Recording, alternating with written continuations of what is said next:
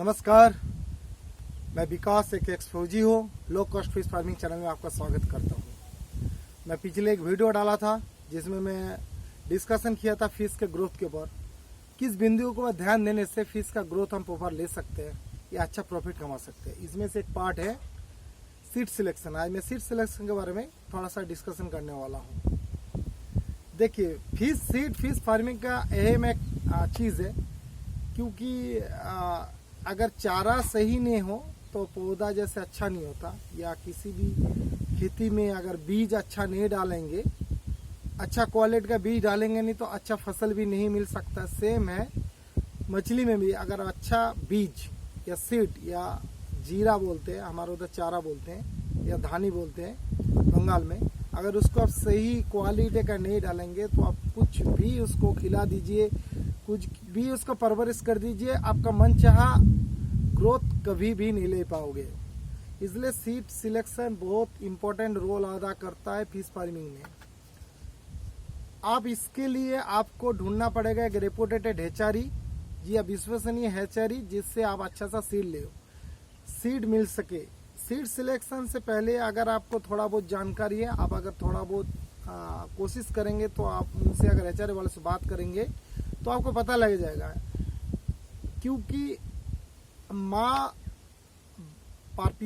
माताजी और पिताजी जो मछली का सीड जिससे तैयार होता है, अगर वो सही होगा, सही हेल्दी होगा तो अच्छा उसका बच्चे भी होगा।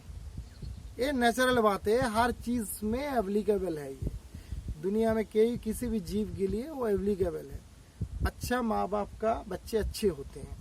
और दूसरी बात है, इनब्रीडिंग भी आपको चेक करना पड़ेगा। वो इनब्रीडिंग तो नहीं करा रहा है। आप कभी भी देखना, जो नदी नाला खाल बिल का मछली जो हम फार्मिंग करते हैं उससे तेज बाड़वार होते हैं, क्योंकि ड्यूटी उसमें हम खाना भी नहीं डालते, क्योंकि ड्यूटी रिजो ना अच्छा क्वालिटी के सीड तो नेचुरल ब्रीड होता है। क्योंकि नेचुरल ब्रीड आज कॉमर्शियल फिश फार्मिंग हो गया, नेचुरल ब्रीड हम मिल नहीं पाते। कुछ हैचरी वाले उसको भी करते हैं, हाँ, लेकिन कुछ आदमी है जो नेचुरल मछली को कलेक्ट करके भी ब्रीडिंग करवाते हैं, उनको भी तो नंबर 1 मतलब सीड मिलेगा आपको।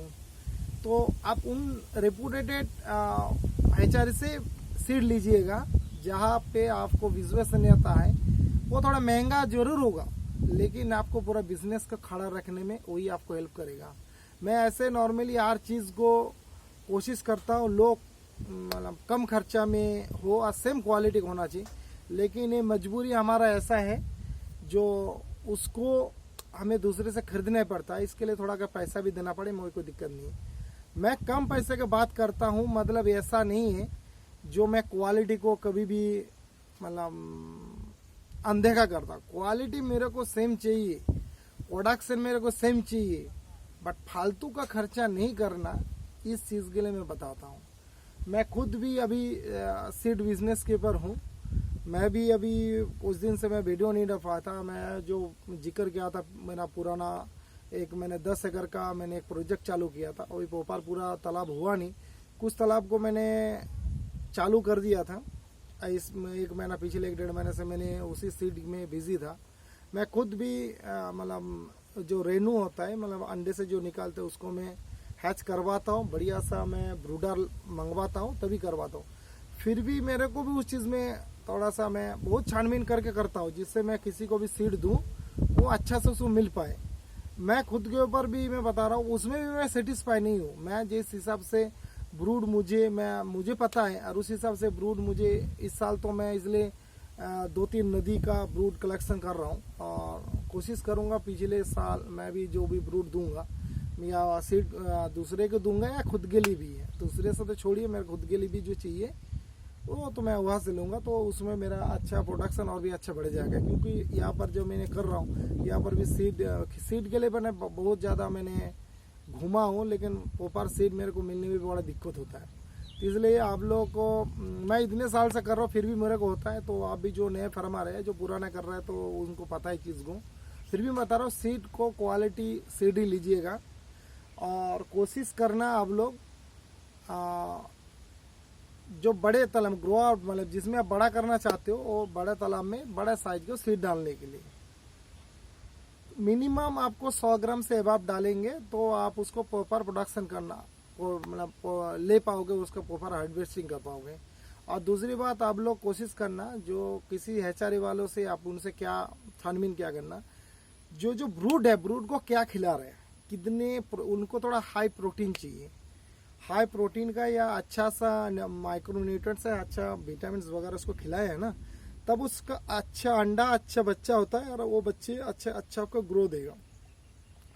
और क्या, इन ब्रीडिंग मतलब एक ही तालाब का दो मछली हो गया, मतलब एक ही माँ बाप का, माँ पिताजी माता जी, और उसका ग्रो उतना अच्छा नहीं हो पाता जितना दूसरे का होता है। और दूसरी बात और एक चीज़ है, कोई अगर और आप जो सीड सिलेक्शन करोगे उसमें से और एक कोशिश करना, कौन सा सीड सबसे बड़ा बढ़ता है, ये भी आदमी को दिमाग में रहता है यार। कोई हाइब्रिड वगैरह बोल के कोई चीज़ नहीं, सब नेचुरली है। जो जितना अच्छा ब्रूड से तैयार होगा उसका अच्छा ग्रो करेगा। मछली में ऐसे नॉर्मली हाइब्रिड बहुत ही कम है, कुछ हो जाता है लेकिन हाइब्रिड नहीं है। जैसे कातला के साथ रोहू का कर दिया, लेकिन उसमें आपको उसको ग्रोथ कमी मिलेगा, ऐसे वो सक्सेस नहीं है। अभी एक आया है जयंती रोहू, वो तो बहुत बेहतरीन है, लेकिन दुनिया कोई बोलता है वो हाइब्रिड नहीं है।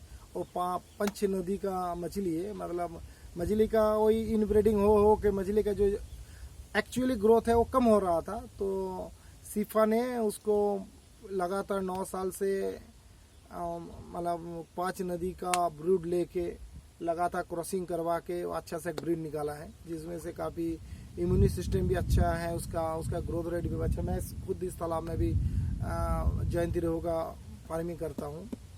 तो आप सीड सिलेक्शन करना। दूसरी बात, आप कभी भी सीड अगर बच्चा आपको बड़ा सीड नहीं मिलता तो आप कोशिश करना एक छोटे तालाब में छोटा सीड लाइए, छोटा सीड को उसको अच्छा सा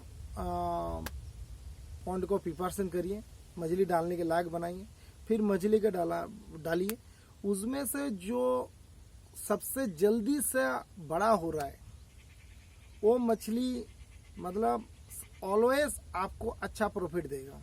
क्योंकि आप अगर 10,000 मछली डाले हों, उसमें से आप देख रहे हो 5,000 मछली का ग्रोथ सबसे बेहतरीन है और 5,000 का ग्रोथ नहीं है। क्योंकि आप सबको इक्वलिटी खाना दे रहे हो, सेम इन्वायरमेंट में है, एवरीथिंग सब कुछ है, लेकिन उस 5,000 मछली ज़्यादा ग्रो कर रहा है। मतलब क्या, उसको कुछ होता है ना, किसी का बोलते हैं यार वो पानी पीने से भी वो मोटा हो रहा है, मतलब उसका जेनेटिकली वो बहुत इम्प्रूव है, वो कुछ भी खाना खाए उसके शरीर में हेल्थ में लगता है। और मुझे तो बायोमास क्रिएट करना है, तो मैं उस सीड को सिलेक्शन करूंगा जो एक मतलब फास्ट ग्रोइंग जो सीड होता है उसको आप सिलेक्शन करिए।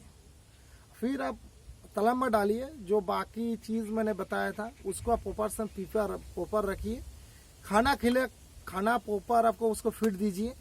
मछली को जितना रिक्वायरमेंट है उतना आप तक आप खाना खिलाए। आप उसको कितना एक्चुअली ग्रो हो पाता है आप मैंने विश्वास नहीं कर पाओगे।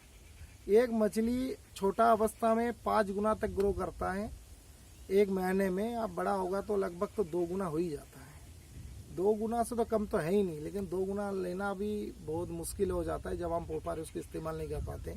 लेकिन एक्चुअली पोपार बहुत ज़्यादा होता है। कोई इसी चीज़ को देख के साल में 3 से 4 बार तक खेती करता है एक तालाब में, क्योंकि वो डालते हैं 250 से 300 ग्राम का मछली, 2-3 महीने में उसको लगभग वो 1 किलो करके 1 किलो 1.25 किलो 1.5 किलो लेके बस हार्वेस्ट करते हैं। ऐसे करके वो रोटेशन करता है। वो जो अच्छा कॉमर्शियल फार्मिंग करते हैं उनको हर चीज़ पता है, वो ऐसे करके रोटेशन करता है पैसे को, तो कम लो कॉस्ट में एवरीथिंग देता था और पोपार उनके लिए बहुत अच्छा है।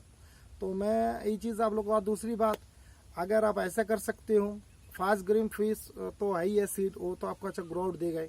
दूसरी बात, अगर फास्ट ग्रोइंग फिश को आपके पास अगर छोटा सा स्टॉकिंग तालाब है तो आप फास्ट ग्रोइंग सीड को हाई डेंसिटी में किसी तालाब में रखिए, उसको ज़्यादा खाना मत खिलाइए, मतलब जितना रिक्वायरमेंट है उतना उसको बड़ा मत होने देना।